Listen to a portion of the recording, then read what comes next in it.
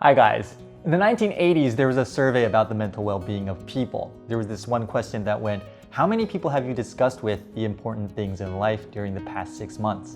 Back then, the most answers they got was 3. 3 people. That same survey was conducted again in 2006. By then, the most answers they got was 0. None. People either stopped talking about the important matters in life or simply had nobody to share it with. This is quite a lonely and detached era to live in. Psychological counselor Lee Hyun-soo wrote in her book using the phrase singleness of the soul to mark this phenomenon. So, are we all victims of this possibly loneliest time in human history? Well, I love it how Lee Hyun-soo puts it. You can be happy on your own. You can be happy also with the company of others. But remember, it's you can be happy also, not you can be happier with company. At the end of the day, no one is responsible for someone else's happiness, and you are responsible for making yourself happy. But life is shitty. I'm just gonna say it. Life is full of shitty things. So how do we cope with the shittiness of all this? Oh, I'm being so irreverent today. In the book Mind Power by James Borg, he mentioned that the brain is like a 24/7 pharmacy that dispenses chemicals such as dopamine, oxytocin, serotonin, and endorphins. These are positive drugs for the mind, if you will. They make us feel more confident, calm, grateful, mostly tethered to positive emotions. And they increase on occasions such as when you've accomplished a task and received the recognition you deserve, when you're running laps in a park sweating like a pig, no offense to pigs, when you hug someone, or something. Yes, surprisingly, according to science, hugging pets and stuffed animals work too. And so we have the inherent capability of self-heal. The key is how to initiate it. We definitely can't give orders to the brain like, hey brain, give me some of that dopamine, you know what I mean? Dopamine!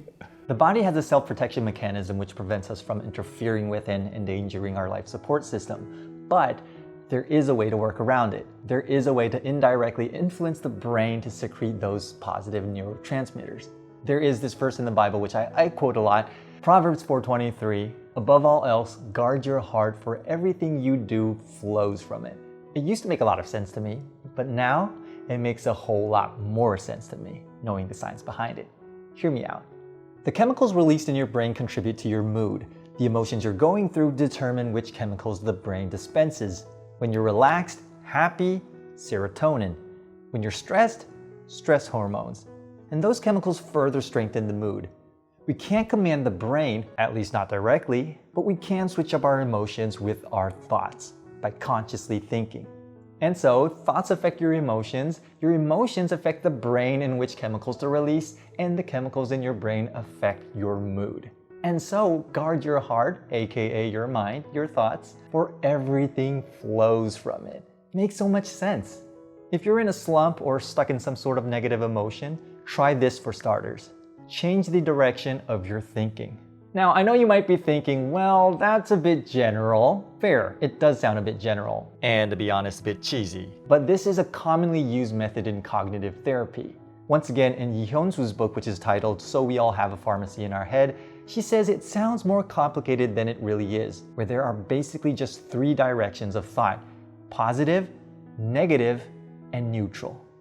Positive thinking is the best route to get your brain releasing those good chemicals. But the good news is, you don't have to force yourself into a positive mindset to get that same result. You don't have to fake a smile. But actually, putting on a smile does make a difference, according to Paul Ekman. Maybe we'll talk about that in another video.